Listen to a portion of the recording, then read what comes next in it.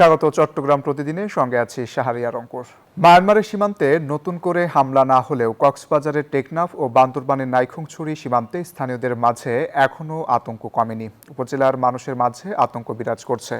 স্থানীয় প্রশাসন থেকে সীমান্তবর্তী এলাকার বসবাসকারীদের সর্বোচ্চ সতর্ক অবস্থানে থাকার জন্য বলা হয়েছে।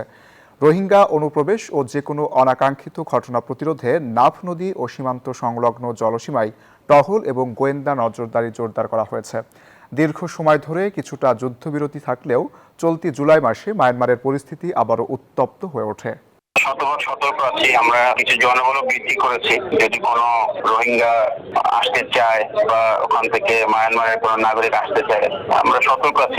মায়ানমারের সীমান্ত নতুন করে হামলা না হলেও কক্সবাজারের টেকনাফ ও বান্দরবানের নাইখংছড়ি সীমান্তে স্থানীয়দের মাঝে এখনও আতঙ্ক কমেনি। এ বিষয়ে বিস্তারিত জানাতে আমাদের সঙ্গে যুক্ত হচ্ছেন সহকর্মী ইরফানুল হাসান।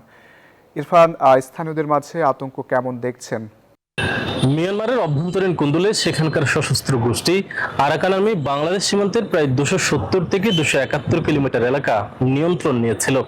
আর সে এলাকা পুনরুদ্ধার করার জন্য ইতিমধ্যে সেখানে হামলা শুরু করেছে সেখানকার জান্তা বাহিনী।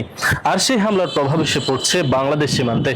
বিশেষ করে গত বুধবার থেকে মুংডো এলাকায় বেশ কয়েকটি বিমান হামলার খবর পাওয়া গেছে এবং সেখানে বোমা বর্ষণ করা হয়েছে, যার ফলে প্রকম্পিত হয়ে উঠছে বাংলাদেশ সীমান্তের টেকনাফ এবং নাইখংছড়ি এবং উখিয়ার বেশ কিছু এলাকা। ইতিমধ্যে সেখানকার যারা বাসিন্দারা রয়েছেন তাদের মাঝে বেশ উদ্বেগ আর উৎকণ্ঠা বিরাজ করছে। অনেকেই ভয়ে বাসায় পর্যন্ত রাতে থাকছেন না। বিশেষ করে টেকনাফে কিছুদিন আগে সেখানকার অভ্যন্তরীণ ছোড়া একটি গুলিতে এক শিশুর মৃত্যুর পর থেকে টেকনাফের মানুষের মাঝে এক প্রকার আতঙ্ক তৈরি হয়েছে। মিয়ানমারে যে কোনো ধরনের সংঘর্ষের ঘটনা ঘটলে যারা স্থানীয় বাসিন্দারা রয়েছেন তাদের মাঝে এক প্রকার উদ্বেগ আর উৎকণ্ঠা তৈরি হয়। তবে এদিকে বিজেপি বলছে এই সমস্ত সংঘর্ষের সময় আসলে অনেকেই বাংলাদেশে অনুপ্রবেশ করতে চায়, বিশেষ করে রোহিঙ্গারা যারা বাংলাদেশে অনুপ্রবেশ করতে চায় সেই অনুপ্রবেশ ঠেকাতে দেশের বিভিন্ন পয়েন্টে তারা আসলে ইতিমধ্যে অবস্থান নিয়েছে। পাশাপাশি সাগরপথে যাতে কেউ অনুপ্রবেশ করতে না পারে সেজন্য কোস্টগার্ডও বিশেষ নজরদারি রাখছে। সব মিলিয়ে এখনকার পর্যন্ত যে মিয়ানমারের সংঘর্ষ চলছে তাতে করে বাংলাদেশে কোনো ধরনের হতাহতের ঘটনা ঘটেনি এবং এখন পর্যন্ত কোনো অনুপ্রবেশের ঘটনাও ঘটেনি। এ ছিল কক্সবাজার থেকে টেকনাফ সীমান্তের সবশেষ খবরাখবর। চট্টগ্রামে ডেঙ্গুর সংক্রমণ উদ্বেগজনক হারে বাড়ছে। এ বিষয়ে আরও খবর জানাতে হাসপাতাল থেকে যুক্ত হচ্ছেন আমাদের সহকর্মী আকরাম হোসাইন। আকরাম, চট্টগ্রামে ডেঙ্গুর সর্বশেষ কি তথ্য আছে জানাবেন? ধন্যবাদ অঙ্কুর। চট্টগ্রামে কিন্তু অন্যান্য বছরের মতো এই বছরও কিন্তু চোখ রাঙাচ্ছে ডেঙ্গু। আপনারা জানেন হামা আক্রান্ত শিশুদের সংখ্যা বাড়ার পরপর চট্টগ্রামের স্বাস্থ্য সংশ্লিষ্টরা কিন্তু হামের জন্য যেই আলাদাভাবে ব্যবস্থা নিয়েছিলেন, ঠিক একইভাবে ডেঙ্গু আক্রান্ত রোগীদের জন্য কিন্তু আলাদাভাবে ইউনিট খোলা হয়েছে, যেটি আজকে অর্থ ও পরিকল্পনা মন্ত্রী আমির খসরু মাহমুদ চৌধুরী উদ্বোধন করেছেন। একই সাথে চট্টগ্রাম মেডিকেল কলেজ কর্তৃপক্ষ যেটি জানিয়েছে সেটি হচ্ছে ডেঙ্গু আক্রান্ত যেই রোগী আছে, যে যারা ডেঙ্গু শনাক্ত হচ্ছে বা ডেঙ্গু সাসপেক্টেড যারা আছে তাদের জন্য প্রয়োজনীয় চিকিৎসা ব্যবস্থা দেওয়ার জন্য প্রস্তুত রয়েছে।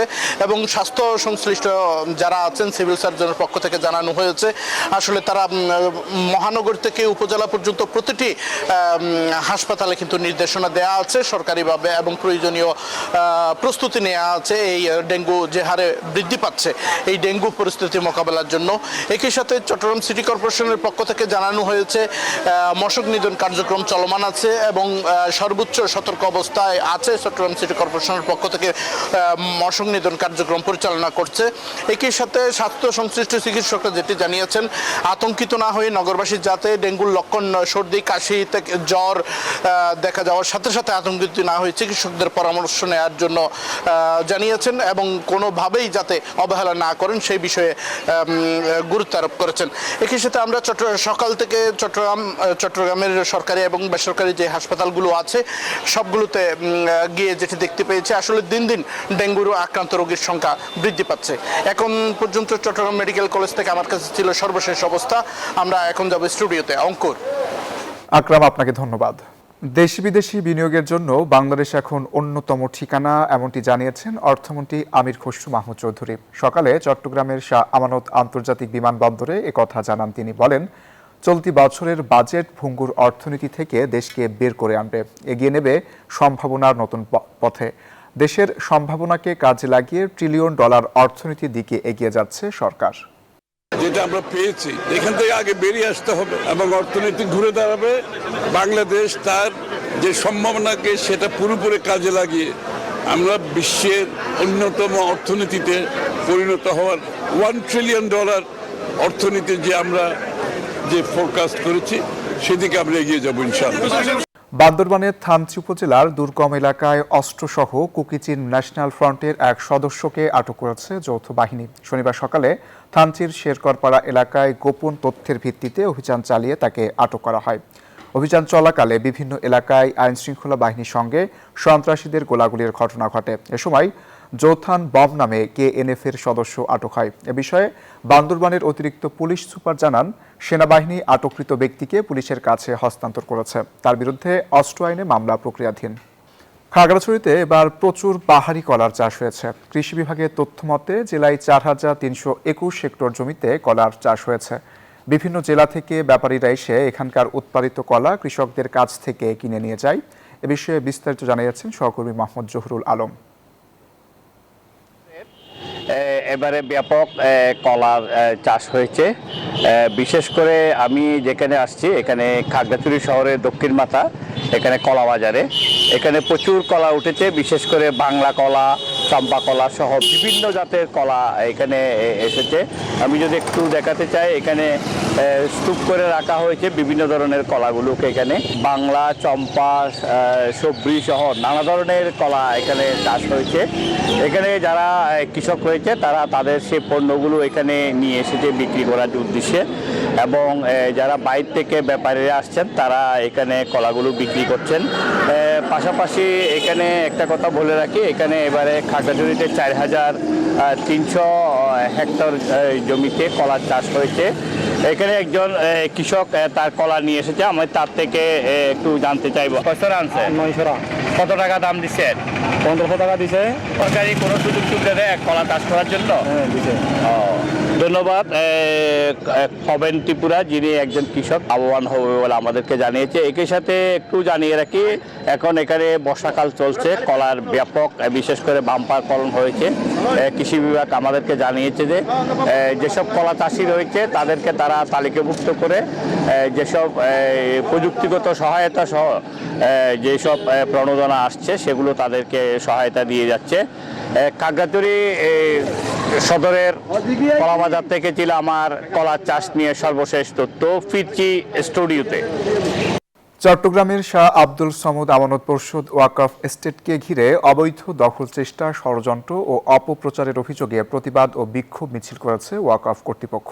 সকালে এ কর্মসূচিতে অংশগ্রহণকারীরা ওয়াকফ এস্টেটের সম্পত্তি রক্ষা, অবৈধ দখল চেষ্টা প্রতিরোধ এবং আইনের শাসন প্রতিষ্ঠার দাবিতে বিভিন্ন স্লোগান দেন। এ সময় বক্তারা দাবি করেন, ওয়াকফ এস্টেটের সম্পদ জনকল্যাণের উদ্দেশ্যে প্রতিষ্ঠিত। তারা অভিযোগ করেন, এস্টেটকে ঘিরে অপপ্রচার ও অবৈধ দখলের চেষ্টার বিরুদ্ধে আইনগতভাবে প্রতিরোধ গড়ে তোলা হবে।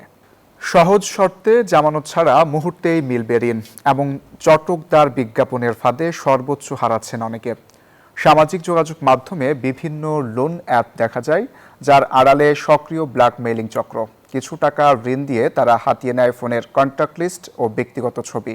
এরপর ছবি এডিট করে ছড়িয়ে দেওয়ার ভয় দেখিয়ে আদায় করে লাখ লাখ টাকা। বিস্তারিত জুবাইর সানি রিপোর্টে ক্যামেরায় ছিলেন মেহেদি হাসান সুমন। দিবেন সেলফিটা দেওয়ার সময় কোন ধরনের কোন আপনার ফেসের ভিতরে কোন ডার্ক সার্কেল হয়। স্মার্টফোন বা পিসিতে একটি ক্লিক, মুহূর্তেই আপনার পকেটে চলে আসবে 5 থেকে 1 লাখ টাকা পর্যন্ত। কি সহজ মনে হচ্ছে? এই সহজ শর্তের আড়ালে লুকিয়ে রয়েছে এক অন্ধকার ফাঁদ, যার নাম অনলাইন লোন অ্যাপ। ঋণ পাওয়ার তাড়নায় ব্যবহারকারী যখনই অ্যাপটি ইনস্টল করেন, অজান্তেই দিয়ে দেন নিজের ফোনের গ্যালারি, ক্যামেরা আর কন্ট্যাক্ট লিস্টের নিয়ন্ত্রণ। আর এখানেই কেল্লাফতে প্রতারকদের। লোন দেওয়ার মাত্র 1 সপ্তাহের মাথায় শুরু হয় আসল খেলা। 7,000 টাকা ঋণে 1 সপ্তাহ পর সুদসহ দাবি করা হয় 15 থেকে 20,000 টাকা। আপনার 1500 টাকা লোনে 900 টাকা লোন পেয়েছিলেন। আচ্ছা, এখন আমাকে শোধ করতে হবে কত টাকা? 1500 টাকা। এটা আমাদের কোম্পানির পলিসি ভাই, এটাই রুলস। আর হচ্ছে আপনি হবে যদি আপনি আজকে পেমেন্ট না করেন তাহলে পরবর্তীতে যত দিন বাড়বে তত আপনার জরিমানা বাড়বে। টাকা দিতে না পারলে বা অস্বীকৃতি জানালে চক্রটি মেতে ওঠে পৈশাচিক আনন্দে। ভুক্তভোগীর ছবি ডক্টরেট বা আপত্তিকর বানিয়ে তা পাঠিয়ে দেয়া হয় ফোনের কন্ট্যাক্ট লিস্টে থাকা মা, বাবা, আত্মীয় কিংবা সহকর্মীদের নম্বরে। হোয়াটসঅ্যাপ বা মেসেঞ্জারে গ্রুপ খুলে চলে এই মানসিক নির্যাতন। দেয়া হয় হুমকি ধামকি। মোবাইলে যে ছবিপত্র বা আমার যে নিজের পার্সোনাল যে জিনিসগুলো আছে এগুলো সব মনে করেন আপনার ইয়েতে পাঠিয়ে দিবে, যে মনে সোশ্যাল মিডিয়াতে পাঠিয়ে দিবে বা করবে, ফেসবুকে পাঠিয়ে দিয়ে আমাকে একটা হেস্তনেস্ত করবে বলছিল। আশা লোন অ্যাপ, ঢাকাফিন, লোন বাড়ি সহ এমন অসংখ্য লোন অ্যাপ পাওয়া যায় গুগল প্লে স্টোরে। তাদের কাছে ভুক্তভোগীর জাতীয় পরিচয়পত্র সহ সব তথ্য থাকায় এবং লোকলজ্জার ভয়ে বেশিরভাগ মানুষই আইন শৃঙ্খলা বাহিনীর সাহায্য নেন না। আমি লোনের জন্য ট্রাই করার পরে ওরা আমার ন্যাশনাল আইডি কার্ডের এটা দিল, স্ক্রিনশট পাঠাইলাম, আমার চেহারার ছবি তুলে দিলাম। এরপরে বললো যে আপনার জামানত হিসেবে আপনাকে 3000 টাকা দিতে হবে। দেওয়ার পরে এখন সে তো চোখ উল্টাই দিছে। আইন শৃঙ্খলা বাহিনী বলছে এই চক্রগুলোর বেশিরভাগই পরিচালিত হচ্ছে দেশের বাইরে থেকে। তবে দেশীয় কিছু এজেন্টের মাধ্যমে এরা টাকা লেনদেন করে থাকে। চক্রের হাত থেকে বাঁচতে যে কোনো অ্যাপ ডাউনলোডের ক্ষেত্রে সতর্ক হওয়ার পরামর্শ তাদের। আমরা এমনও অনেক চক্র পেয়েছি যার একটা অংশ বিদেশে অবস্থান করছেন আর একটি অংশ দেশে অবস্থান করছেন। আবার এমনও গ্রুপ আছে যারা শুধুমাত্র বাংলাদেশে থেকেই অপারেশন চালাচ্ছেন। আবার এমনও গ্রুপ আছে যে 100% বিদেশ। এই ডিজিটাল ক্রাইম যারা করছে তাদের বিষয়ে আমরা অবশ্যই সজাগ আছি। প্রযুক্তি বিশেষজ্ঞরা বলছেন সচেতনতাই এই ডিজিটাল ডাকাতদের রুখে দেওয়ার প্রধান হাতিয়ার। যখন আপনি গাতসারে একটা অ্যাপ্লিকেশনে গ্যালারি অ্যাক্সেস দিচ্ছেন তখন ওই অ্যাপের অ্যাডমিনিস্ট্রেটর সে আপনার এন্টায়ার ফোনটা আপনি যেভাবে সময় অসময়ে আপনার গ্যালারি দেখতে পারেন সেভাবে উনি পুরো গ্যালারিটা দেখতে পারবেন। যদি আপনি গ্যালারি অ্যাক্সেস দেন কেউ আপনাকে সুনিশ্চিতভাবে বলতে পারবে না আপনার এই ফটোটা আসলে মিসইউজ হচ্ছে কি হচ্ছে না। ডিজিটাল নিরাপত্তার এই যুগে একটি অসতর্ক ক্লিক বদলে দিতে পারে জীবনের পুরো গল্প। এছাড়া এমন প্রতারণার শিকার হলে দ্রুত আইন শৃঙ্খলা বাহিনীর সহায়তা নেওয়ার পরামর্শ এই বিশেষজ্ঞের। জুবায়ের সানি, নিউজ 24, ঢাকা। জেনারেল পড়ালেখার পাশাপাশি মাধ্যমিক বিদ্যালয়ে কারিগরি শিক্ষায় সরকার বেশি অগ্রাধিকার দিবে বলে মন্তব্য করেছেন পানি সম্পদ মন্ত্রী শহীদ উদ্দিন চৌধুরী অ্যানি। দুপুরে লক্ষ্মীপুরের চন্দ্রগঞ্জ উপজেলার প্রতাপগঞ্জ উচ্চ বিদ্যালয়ের বার্ষিক ক্রীড়া প্রতিযোগিতার পুরস্কার বিতরণী অনুষ্ঠানে কথা বলেন তিনি। বলেন, শিক্ষার্থীদের ফলাফল ভালো করার ক্ষেত্রে সরকারের পক্ষ থেকে সহায়তা করার লক্ষ্যে পাইলট প্রোগ্রাম হিসেবে প্রাথমিক মিড ডে ফুড চালু করেছে। এর আগে তিনি বিদ্যালয়ের একটি নবনির্মিত একাডেমিক ভবন উদ্বোধন করেন। প্রাইমারি স্কুলে শিক্ষার্থীরা যেন এই মিড ডে ফুডটা পায়, আর হাই স্কুলে আমরা কারিগরি শিক্ষার প্রতি নজর দিয়েছি। জেনারেলি পড়ালেখার পাশাপাশি কারিগরি শিক্ষার প্রতি আমাদের থাকবে সবচেয়ে বেশি প্রায়োরিটি। আর এই ছিল এখনকার মতো। এতক্ষণ সাথে থাকার জন্য ধন্যবাদ সবাইকে।